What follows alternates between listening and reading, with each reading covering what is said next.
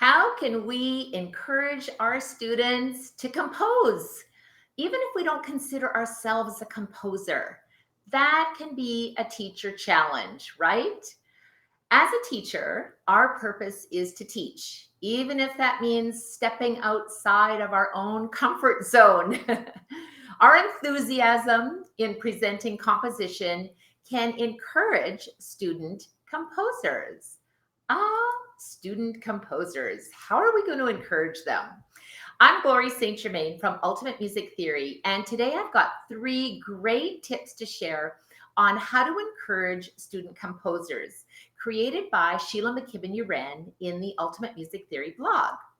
Now, when students first start composing, it can be a simple melody or as complicated as a sonatina. They can create their own composition directly on the piano. Sometimes they just like to improvise, right? They go, listen to what I've just, composed as a one-time play. Or they can write out their own composition. And this way they can change and edit and do it exactly the way they want until it's just how they want it to sound. So now here's 3 tips on how to encourage your student composers. So let's take a look at tip number 1.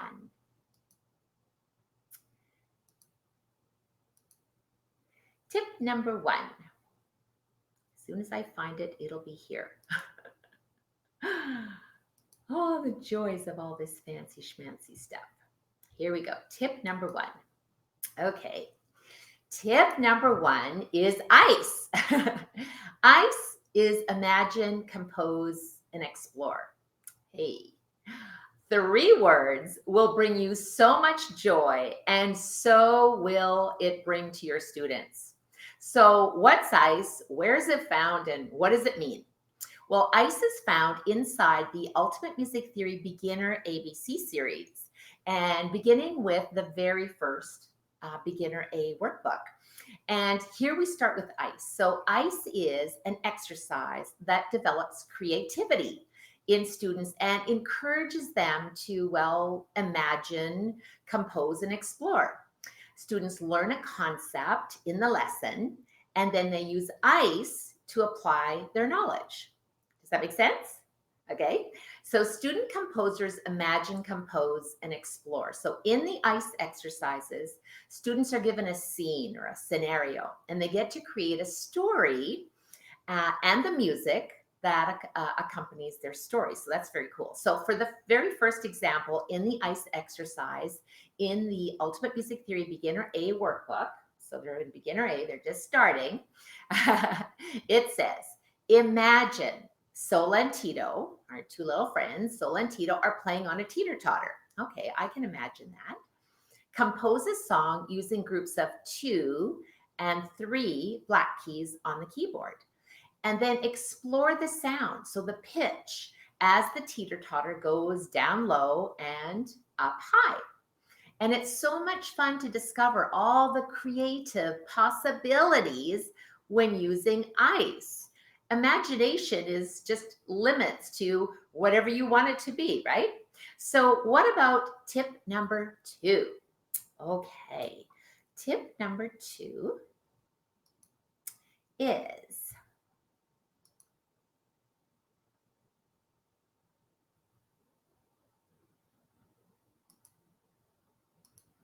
I'm getting all fancy on you. So tip number 2 is how to encourage student composers. So tip number 2 is write it out. There are times when a student is so excited by their creativity that they want to write out their song. And when this happens, don't you just get the little warm fuzzies of joy? I know Sheila does, and so do I. So in the photo, you see Sheila's little student, Jake, and this is Jake's first year of lessons. So he is still a pre-staff reader, reading his music using notes and letter names. And here's little Jake, and he is so excited to present Sheila with his song. And his parents, of course, they're really proud of him too, right? He decided on his time signature and the rhythm and the notes all by himself. He's officially a composer. So are there corrections to be made? Absolutely. But first, we have encouragement and positive feedback because we want to build confidence, right? And building confidence is really the key to teaching anything. We really want our students to have confidence and to have fun. So here is teaching tip number 3. How to encourage student composers, tip number 3. Are you with me? Okay. Tip number 3, perform. Student composers love to perform their compositions. I mean, who wouldn't, right? If I write a little song, I want to play it for somebody. I would encourage you as a teacher to support your students by providing them with opportunities to perform. That could be at your recital, it could just be in your studio when the parents come in to pick them up, or you could check your local music festival syllabus because oftentimes there is a class for own compositions. Now, in this picture, Sheila's student Olivia Allen performed her own composition, Sonatina in C major. And guess what? She earned a gold. That's pretty impressive. In fact, Sheila was so impressed with how well Olivia did and applied her knowledge of harmony as taught in the Ultimate Music Theory supplemental workbooks, and she is now doing the level 8, that she asked Olivia if she could use her Sonatina in C major as an analysis piece in the level 8 supplemental exams. And Olivia said, yes. Honestly, it truly is an honor and a privilege for us to see how Ultimate Music Theory students use their knowledge to create their own compositions. And now you can use the 3 tips on how to encourage student composers in your own studio. So I think that's pretty cool, right? So, in fact, little fun fact, here's Olivia. In fact, Olivia also performed her own composition as a teacher's choice etude on her level 8 RCM piano exam. I mean, how cool is that, right? And whatever your teaching challenge might be, I want to help you define your purpose with a professional development plan for teaching success. And honestly, we want to dive deeper into these concepts, and I'm going to help you share those.